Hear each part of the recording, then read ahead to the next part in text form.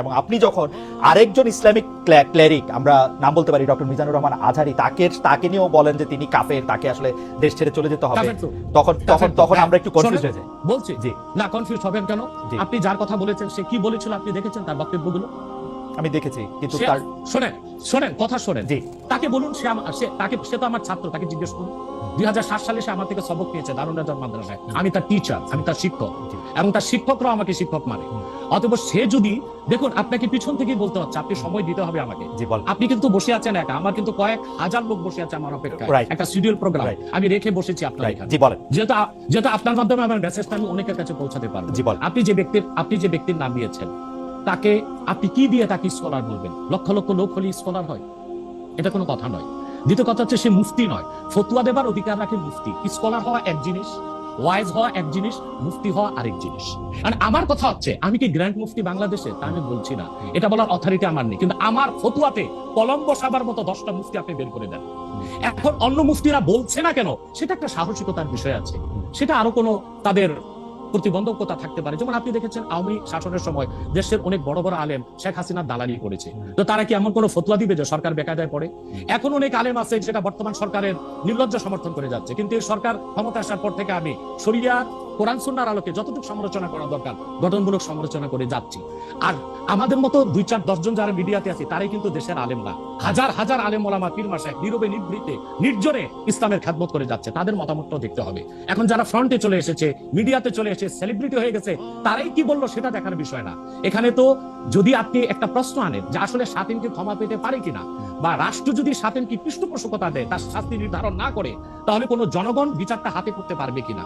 আপনি দেখুন পৃথিবীতে যত অভ্যুত্থান ও বিপ্লব হয়েছে জনগণ আইনকে হাতে তুলে নিয়েছে। আপনি 5ই আগস্ট দেখেন, বাংলাদেশে রাষ্ট্র ক্ষমতা যে এসেছে বর্তমান সরকার, এটা গণতান্ত্রিক পদ্ধতিতে হয়নি, ছাত্র জনতা আইনকে হাতে তুলে নিয়েছিল। এই বিপ্লবকে আপনি অবৈধ বলবেন?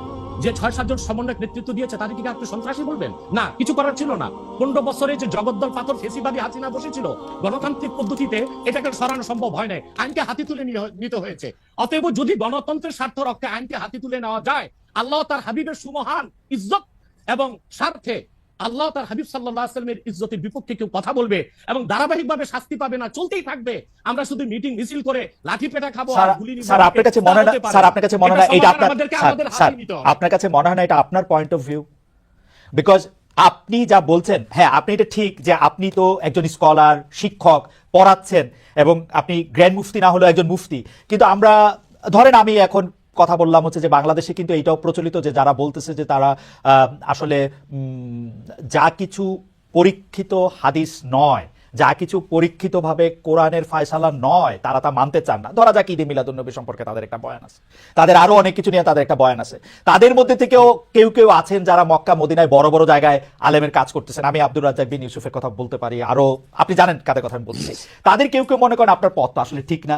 1, 2 হচ্ছে আপনি যার কথা যেভাবে বলতেছেন যে ধরেন মিজানুর রহমান আজহারি কি আসলে একজন স্কলার কিনা। এখন কেউ কেউ তো এই প্রশ্ন তুলেছেন যে জনাব এনায়েতুল্লাহ আব্বাসীও যথেষ্ট পরিমাণে এই জায়গায় আছেন কিনা। সেজন্য আমি জানতে চাইছিলাম যে আপনি যখন আইন হাতে তুলে নেওয়ার কথা বলেন স্যার, সেইটা কি আপনি কিভাবে তার যোগ্য, এবং আপনি ছাড়া আর কে আছেন এটার মধ্যে যোগ্যতার জায়গায় আর কি? আমি এখন বলছি, আমি মনে করি আমি গ্র্যান্ড মুফতি বাংলাদেশের। আচ্ছা, আপনি মনে করছেন আপনি গ্র্যান্ড মুফতি? ওকে, এবং এটা আমি চ্যালেঞ্জে ওকে ওকে এইটা বললে আমার ফতুয়ার বিপক্ষে, আমি শোনেন, আমার ফতুয়ার বিপক্ষে যে যাচ্ছে তাকে আমার সাথে বসান, আপনার প্ল্যাটফর্মে বসান। দ্বিতীয় কথা হচ্ছে ঈদে মিলাদুন্নবী নিয়ে যে আপনি প্রশ্ন করেছেন, ঈদে মিলাদুন্নবী সাল্লাল্লাহু আলাইহি ওয়াসাল্লাম নিয়ে অনেক ডিবেট হয়েছে, এবং ঈদে মিলাদুন্নবীর পক্ষে যারা, তারাই বিজয়ী হয়েছে। আর বাংলাদেশে ওলামায়ে দেওবন্দের একটা বিরাট অংশ যারা মূল ধারার, তারা কিন্তু ঈদে মিলাদুন্নবী নিয়ে কখনো বিরোধিতা করে না। কিছু মাত্র স্কলার আছেন যারা কোনোভাবে পার্সেজ হয়ে আছেন, তারাই ঈদে মিলাদুন্নবীর বিরোধিতা করে। আমরা বলি মিলাদ যার সিরাত না তার। মিলাদুন নবী সাল্লাল্লাহু আলাইহি ওয়াসাল্লাম ব্যানারও মাহফিল হতে পারে, সিরাতুন নবী সাল্লাল্লাহু আলাইহি ওয়াসাল্লাম ব্যানারও মাহফিল হতে পারে। এবং আপনি শুনেছেন আজকে 4 বছর যাবত সৌদি সরকার উচ্চ ওলামা পরিষদ ফতোয়া দিয়েছে যে ঈদে মিলাদুন্নবী উপলক্ষে মাহফিল সৌদি আরবে হবে, এবং 12 রবিউল আউয়াল তারা রাষ্ট্রীয় ছুটি ঘোষণা করে রেখেছে। এবং বাংলাদেশে বর্তমান সরকারও যথেষ্ট আলেম ওলামা আছেন যারা কওমি ঘরানার এবং দেওবন্দ ঘরানার, যাদেরকে আমরা আহলে হক মনে করে থাকি, এবং আমরা মনে করি জৌনপুর, ফুরফুরা, সারসিনা, আহলে সুন্নাত, আহলে হক একই ধারাতেই চলে আসছে। তারাও কিন্তু ইসলামিক ফাউন্ডেশনের দায়িত্বে আছে, এবং তারা কিন্তু এবারও ঈদে মিলাদুন্নবী ব্যানারে প্রোগ্রাম করেছে, এবং আমি সেখানে অংশগ্রহণ করেছিলাম একদিন।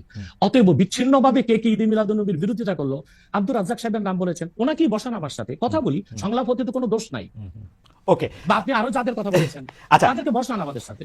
আচ্ছা, আমার এখানে একটা সম্পূর্ণ জাস্ট প্রশ্ন আছে আইনের ব্যাপারে। যেহেতু তেহরিকে খতমে নবুয়তের শাখা যুক্তরাজ্যেও আছে, এখানেও আছে, আপনি একইভাবে এই কথা বা ভারতের পশ্চিমবঙ্গের কথা বলেছেন, এইখানে যেটা বলছেন সেটা কি যুক্তরাজ্য এবং ভারতের পশ্চিমবঙ্গের জন্য প্রযোজ্য? যুক্তরাজ্যেও যদি কেউ এই ধরনের কথা বলে তাকেও কি আপনি এরকম একটা কথা বলবেন বা বলতে পারবেন? জি জি বলবো। আমি যুক্তরাজ্যে যে সাফার করে এসেছি সেটা শোনেন আগে। জি। 2 বছর আগে আমি যুক্তরাজ্যে গিয়েছিলাম। আমার 7টা প্রোগ্রাম ছিল। ওকে। 4টা প্রোগ্রাম করতে পেরেছি, 3টা প্রোগ্রাম আমি করতে পারিনি। এবং সেখানে আমার বিরোধিতা করেছিল নাইজেল ফারাজ।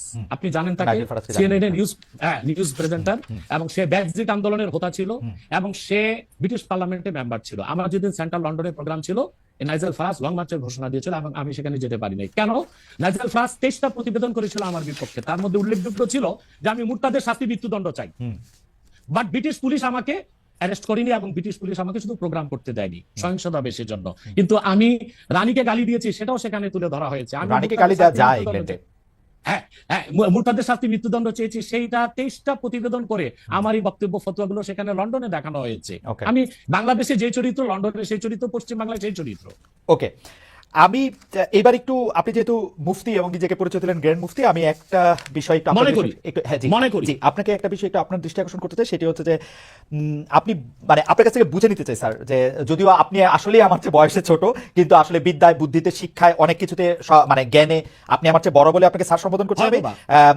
না, আপনি আপনি বলেছেন যে মসজিদে গিয়ে নারীদের জন্য বা মহিলাদের জন্য জামাতে নামাজ আদায় করা মাকরু, কিন্তু আমি আপনার এই বক্তব্যটার পরিপ্রেক্ষিতে আমি দেখতে পাচ্ছি যে এটা তো বরং মাকরু নয়, কেউ কেউ এটাকে মুস্তাহাব বা এনকারেজ বলতে চান। অনেকে উদাহরণ দিচ্ছেন আয়েশা, যিনি প্রফেটের স্ত্রী ছিলেন, রাদিয়াল্লাহু আনহা, হ্যাঁ আয়েশা রাদিয়াল্লাহু আনহা, উনি ইমামতি করে মেয়েদের নামাজ পড়িয়েছেন, এবং যে জায়গায় আপনি এটা মুকরু বলছেন ওই জায়গায় কেউ মুস্তাহাব বলতে গিয়ে আপনার বক্তব্যের বিরোধিতা করছেন। এটা নিয়ে আপনি যদি আমাদের একটু বলেন।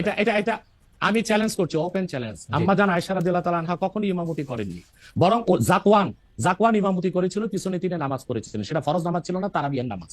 আপনাকে যে তথ্য দিয়েছে সে ভুল তথ্য দিয়েছে। ওকে, সেটা মেয়েদের নামাজ পড়াটা মুস্তাহাব কিনা? এক। দ্বিতীয় হচ্ছে আল্লাহ হাবিব সাল্লাল্লাহু আলাইহি ওয়াসাল্লাম নূরের জামানায় মসজিদ নববীতে মহিলাদেরকে এলাও করা হতো, তারা নামাজে আসতেন। কিন্তু আল্লাহ হাবিব সাল্লাল্লাহু আলাইহি ওয়াসাল্লাম মহিলাদেরকে নিরুৎসাহিত করেছিলেন, নিষেধ করেন নাই। কারণ মহিলাদেরও দিন শেখা বাকি ছিল এবং আল্লাহ হাবিব সাল্লাল্লাহু আলাইহি ওয়াসাল্লামের কাছে ওহী আসতো, সেজন্য মহিলাদের নিষেধ করা হতো না, তারা মসজিদে আসতেন। হযরত ওমর রাদিয়াল্লাহু তাআলা আনহু তার খেলাফতের সময় বলেছেন মহিলাদের জন্য ঘরেই নামাজ পড়াটা উত্তম। তখন প্রচুর পরিমাণ সাহাবী উপস্থিত ছিলেন, তারা হযরত ওমরের এই কাজে কেউ বাধা দেননি। সেজন্য মহিলাদের মসজিদে আসাটা হারাম নয়, মাকরু বলা হয়েছে জামাতে আসা। কারণ আম্মাজান আয়েশা রাদিয়াল্লাহু তাআলা আনহা নিজেও বলেছিলেন যে বর্তমানে মানে 1500 বছর আগেই আম্মাজান আয়েশা বলেছেন যে এখন মহিলাদের মসজিদে না আসাই উচিত ফিতনার এই সময়।